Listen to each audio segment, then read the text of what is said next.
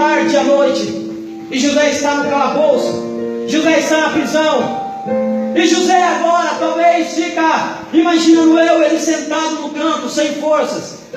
E ele canta: o sol brilhará muito mais amanhã, os sonhos se realizarão, pois Deus sonhou os meus sonhos. E a parte de em paz aconchegada ele já não tem. O garoto agora está ferido. O garoto está ali aprisionado. Está sem entender. Se alguém aqui me disser que José dentro do calabouço, naquele momento, naquela situação, ele pensava nos seus sonhos, eu te chamaria de mentiroso. Houve um período na minha vida em que eu achava que nada mais ia dar certo. Éramos garotos, eu e meu irmão, éramos crianças. E eu estava na minha casa e eu me lembro. De repente apareceu uma caminhoneta na frente, eu me lembro que era um S10 na época. E o patrão da minha mãe, ele entra. E quando ele entra, estava eu brincando de burca juntamente com um amigo. O meu irmão Henrique estava varrendo o terreiro e a minha irmã estava lavando a louça. E aquele homem chegou e disse a mim: a sua mãe passou mal no serviço. E eu, como criança, na inocência, corri e gritei com a minha irmã: Cris, a mãe passou mal na casa do Nelson.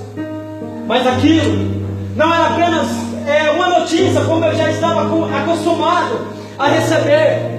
Todas as vezes eu era acostumado de ouvir falar que a minha mãe havia passado mal, mas a notícia como aquela eu nunca esperava.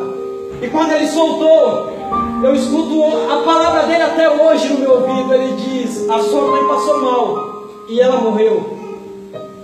Os meus sonhos, os meus projetos, aquilo que eu havia sonhado, o sonho de criança que era um dia pregar a palavra de Deus, estava sendo enterrado naquele momento.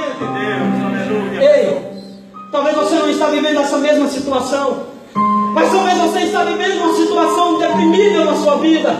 Talvez você entrou aqui nessa noite dizendo: Deus, eu não tenho mais força para caminhar, eu não tenho mais esperança para caminhar. Ei, mas eu quero te dizer uma coisa: a luta que você passa, escute, a luta que você passa, ela não te afasta de Deus.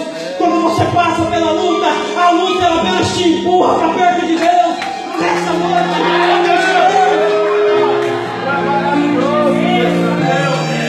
eu vejo Deus empurrando você para perto dele.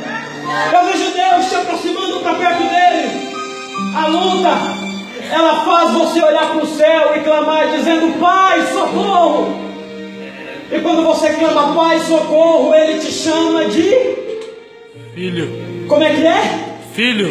Quando você chama ele de pai, ele te chama de filho. Ei, escute nessa noite aí, ele te chamando de filho.